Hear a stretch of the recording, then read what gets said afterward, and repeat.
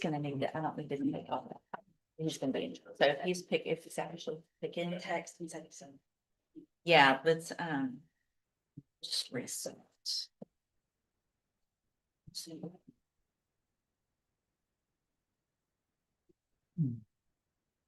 It's just one, right? We're gonna reset, Brenda Sanchez for Mr. Kimler. He's in trial over in drug court. He will be here at 1, Mr. Nichols, for our hearing, but we're gonna reset his morning. And I think it's just Ms. Sanchez. Yes. Okay. All right. Are you, Kaisha White? Yes. And this is 24 DCCR 2063. Ms. White is charged with assault on a peace officer. Mr. Rojas, what is the announcement?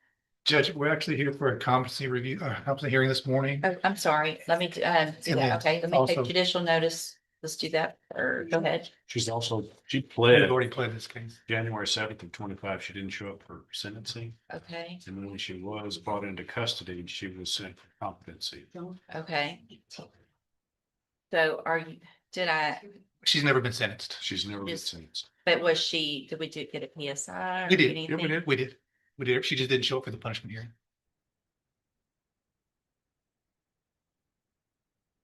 What date is it? January 7th was the plea. She was set for sentencing February 24th of 25.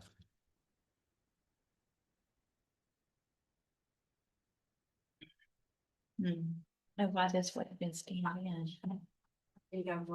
It's okay. So let's do this.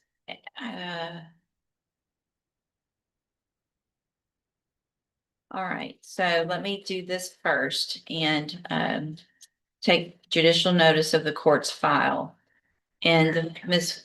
White was previously found not competent to stand trial. No, she was, sorry. Found competent. Got it. Okay. She was evaluated for competency to stand trial. I've received that report from Dr. Rapon dated January 24th of 2026. The finding in that report is that Ms. White is competent to stand trial.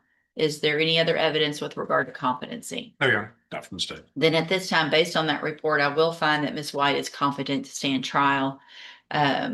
So have you spoken with Ms. White? Is it y'all's position to go forward with that? I spoke with her about the PSI, about the previous plea, Your Honor, and she indicates to me this morning that she would like to go forward with probation.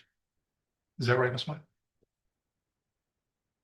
So when you were here last year, you entered a plea of guilty, and that was going to be with a deferred probation for 7 years was going to be the plea deal with a $500 fine and follow all of the rules and conditions of probation. So you've already done that plea. Do you want to go forward and get that probation today? Yes.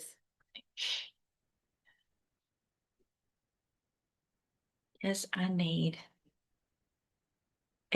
the problem is it's been so long. I don't have those. How can we find the plea papers? Oh, so it'll be from last year though, from January 7th of 2025, right? Yes.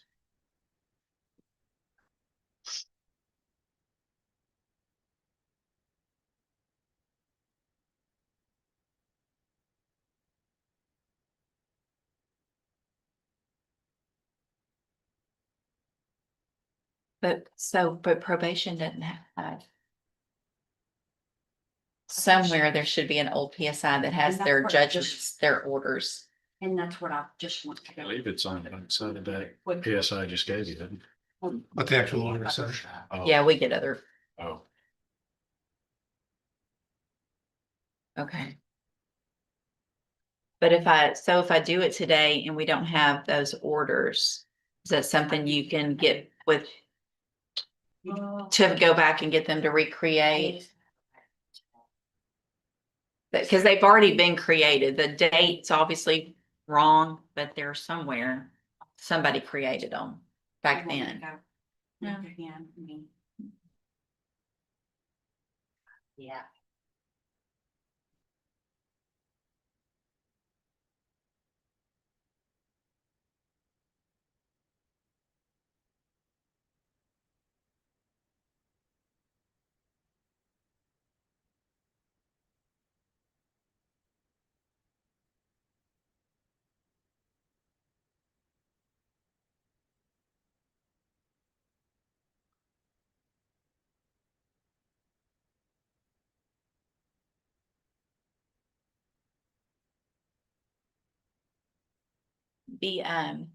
on Mr. Smith's PSI, it just has that short, the supervision plan, not the orders.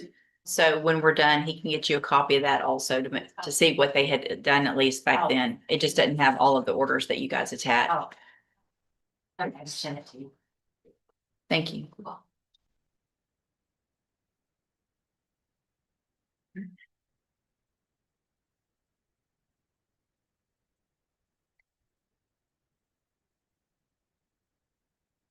They're almost exactly a year from the sentencing date.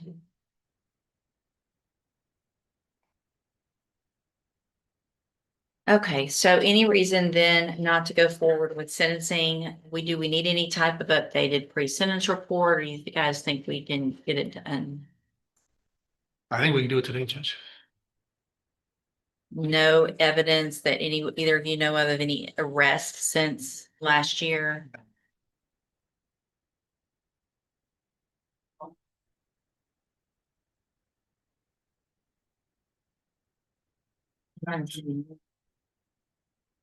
Who was arrested if we know?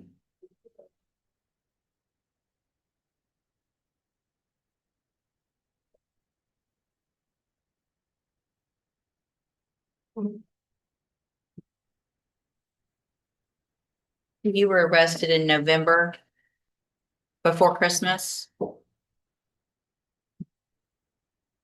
remember when you were? Yes. Do you remember when you were arrested? Yes. Were you in jail for Christmas?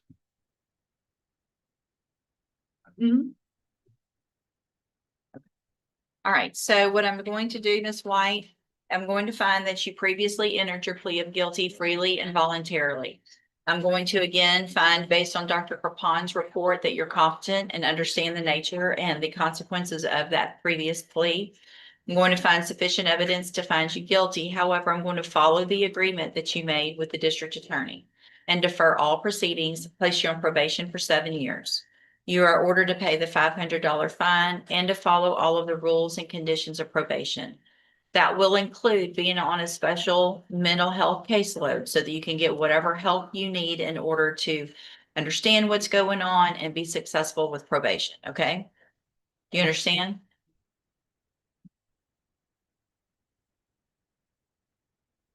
Could you elaborate, Johanna? Yeah, so tell me what you think and what you understand about the probation that you're gonna get. Do you have a question about that specifically? So what's gonna happen today is if I go forward and you get out of jail today, probation's gonna give you some paperwork today. And you need to go straight to the probation office when you get out of jail. Do you understand that? Yes. Okay, when you get there, they're going to go over all of the rules and the conditions and everything that you need to do so that you don't end up back here in custody because you didn't follow a rule. Does that make sense? Because what happens is if you follow all of the rules that you're supposed to on probation, you go to whatever classes they tell you to go to, you get any counseling, treatment, whatever it is. If you do all of those things, then you will not have to go to prison. You'll be able to, this case will be over when the time frame is over and you won't have this conviction on your record. Do you understand that? Yes. If you don't follow all of the rules and you don't show up maybe for an appointment, or you test positive for drugs, or whatever the rule is, if you break the rule with probation, you can be brought back here in court. You could be found guilty of the offense, and I could send you to prison for anywhere in the range of punishment, which is between 2 years and up to 20 years in prison. Do you understand that? I understand. Okay. And so, I'm going to hand you the trial court certification that shows this was an agreement and I followed it, so you can't change your mind later and appeal. And again, so probation will talk to you before you leave today, but Ms. White, it's very important. Ms. White, it's very important that as soon as you're released from jail, you go to the probation department so that you can get started on probation, okay? So either today when you get out or first thing tomorrow morning, if you get out late, you have to go to the probation department. If you don't go, you're going to get arrested again and be back in court. Do you understand that? Okay. All right. Good luck. Thank you, Mr. Rojas. Thank you, Mr. Smith. And Mr. Smith, if you'll let probation look at that, please. I need the certification. Kaylin Douglas. Yeah. Kaylin Douglas. It should have been with, oh, never mind. Did I print it? Nope, I haven't yet. I kept it. That's why. Okay. All right, so just for the record, and I've gone back to review the pre-sentence report just to remind myself of what was in that and kind of what got us where we are now.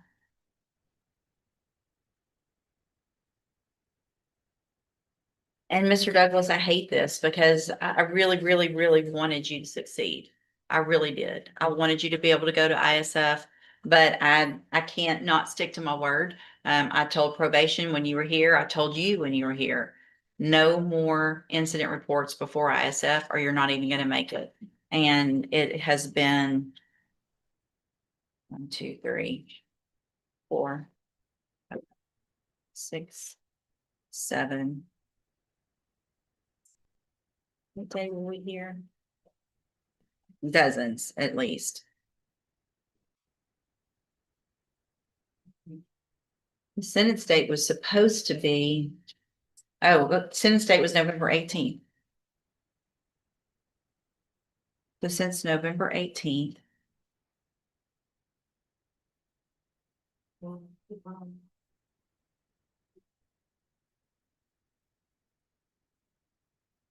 You've been caught with a, looks like kind of a makeshift tattoo needle.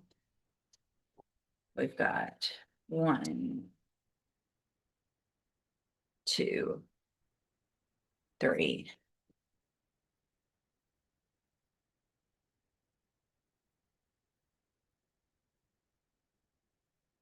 Four or five at least times when you have been exposing yourself while masturbating to the officers, spraying other inmates with disinfectant spray, horse playing, smoking. I mean, it's just, Judge, I certainly understand your thoughts about it not being enough time, especially with the incident reports you're having a problem with on all these people in the jail. no, I think I'm gonna go along with what you guys have agreed to. I just wanted some time to look at it. That I'm just reminding myself of all, I mean, the fact that you got this in the first place, because we went through, I have it all marked off on this PSI, your juvenile history and the opportunity you were given now that you're an adult to change your life and just follow the simple rules. So, I am going to, let's see. So I have, documents here on this tablet that have your signature on them, that the state's marked as exhibit number 1. Before you signed these, did you go over them with Mr. Rojas? Yes, ma'am. Do you fully understand them? Yes, ma'am. Do you understand, if I go along with this agreement, that you're waiving any right to appeal? Yes, ma'am. State tenders number 1, No objection. it's admitted. Is there any evidence that Mr. Douglas is not competent? No, Your Honor. All right, Mr. Douglas, I'm going to find that you entered your plea of true to count 1 freely and voluntarily. Find that count true. Find sufficient evidence at this time to find you guilty. Okay, something wrong. Find you guilty of obstruction or retaliation, a 3rd-degree felony. Sentence you in accordance with your agreement to a term of 4 years in the institutional division of the Texas Department of Corrections.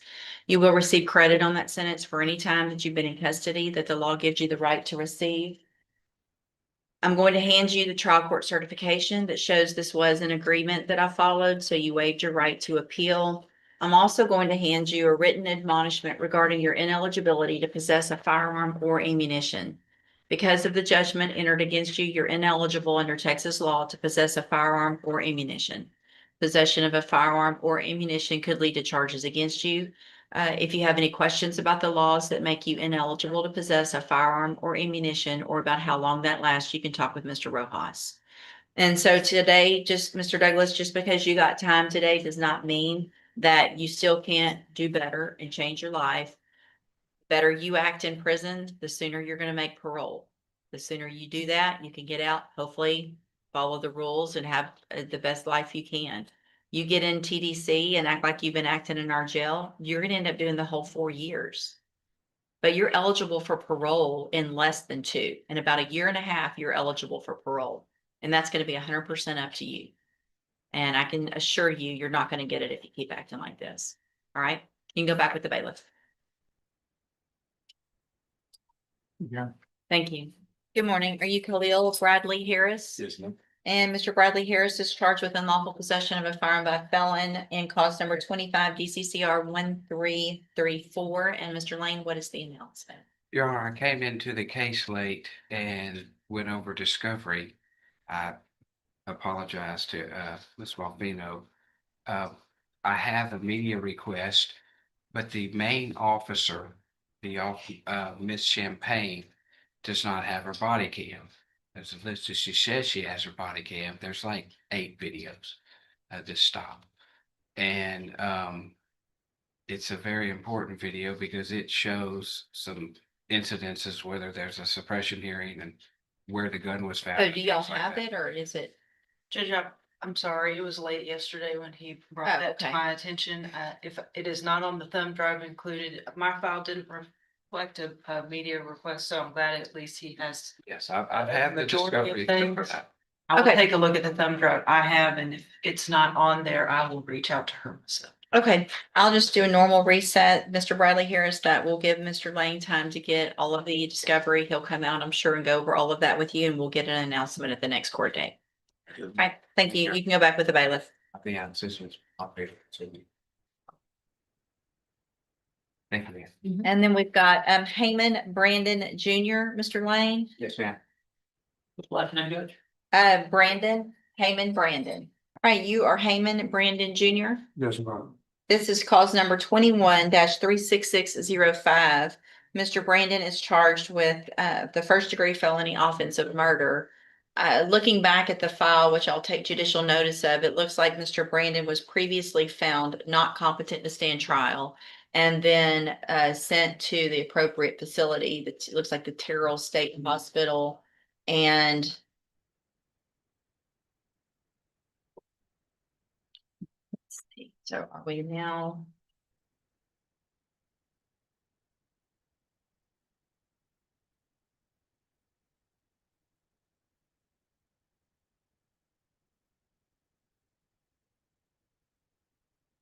I have received a report dated January 20th of 2026 from that facility with the finding that Mr. Brandon is now currently competent to stand trial.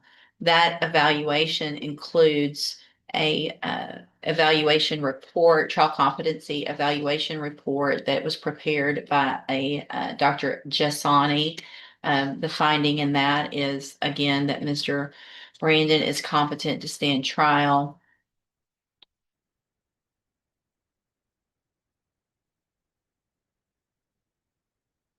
And that he is able to move forward with his criminal proceedings at the present time.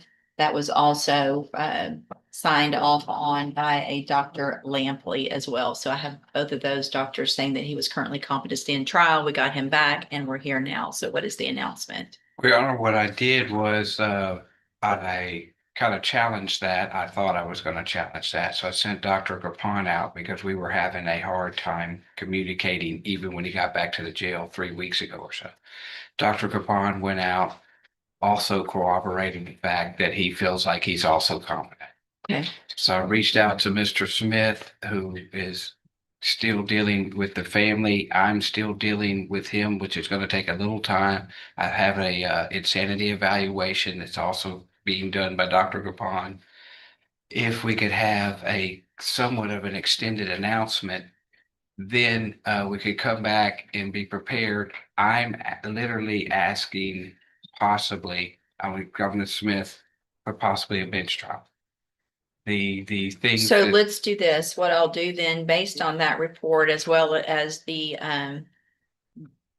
your statement that Dr. Rapon is also going to, and I believe I do have a copy of Dr. Rapon's report. It was probably meant to be sent to you, but it was sent to the court. I asked them to send you a courtesy Okay. copy so we could kind of see where I was Thank Any you. objection to me taking that into consideration with regard to competency as well? There you are. So I'm also going to take judicial notice then of the competency evaluation report prepared by Dr. Rapon. It's dated February 12th of 2026. Again, it has the finding that Mr. Brandon is competent to stand trial. Based on both of the reports from Vernon's as well as Dr. Rapon, I'm going to at this time find that Mr. Brandon is competent to stand trial. And what I'll do is I'll do about a 45-day reset to see where we get at that time. And then we will see if we can get an announcement at that point. Yes, sir. All right, you can go back with the bailiff, sir. Tell her she can't do any of that. You're trying to get up on me now? I don't think Ms. Holmes is gonna join in on that. I have a feeling.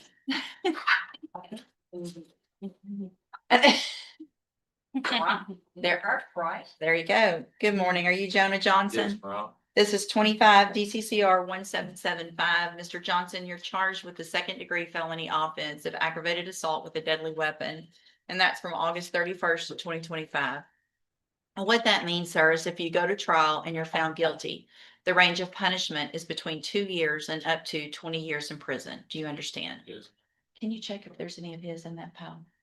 I have here on the tablet a plea bargain rejection that shows that the district attorney's office has made an offer if you wanted to enter a plea of guilty for a 15-year term in prison. You have every right to reject that, have your case set for trial. I just want to make sure you understand what the possible consequences are if you go to trial and what your options are if you wanted to plead guilty. And do you understand all of that? And do you want to reject that offer and have your case set for trial? All right, we'll get that done. Mr. Johnson, Ms. Holmes has been appointed to represent you, and she's one of the attorneys who handles a lot of cases for me as a court-appointed attorney. With your permission, I can release her and appoint another attorney today who could begin preparation for trial a little quicker. Is that okay with you? All right, so Ms. Holmes, you are released. Mr. Johnson, we will appoint someone today. They should be out to the jail very soon to begin preparation for trial. All right? And there's none. And just because I get on to everybody for having incident reports, thank you for not having any incident reports. I mean, right? I feel like I need to, seriously though, it can affect your case. It can affect how the DAs look at your case. It can affect how a jury looks at your case. Continue doing what you're doing in jail, following the rules, because that's only going to benefit you, okay? All right, you can go back with the bailiff.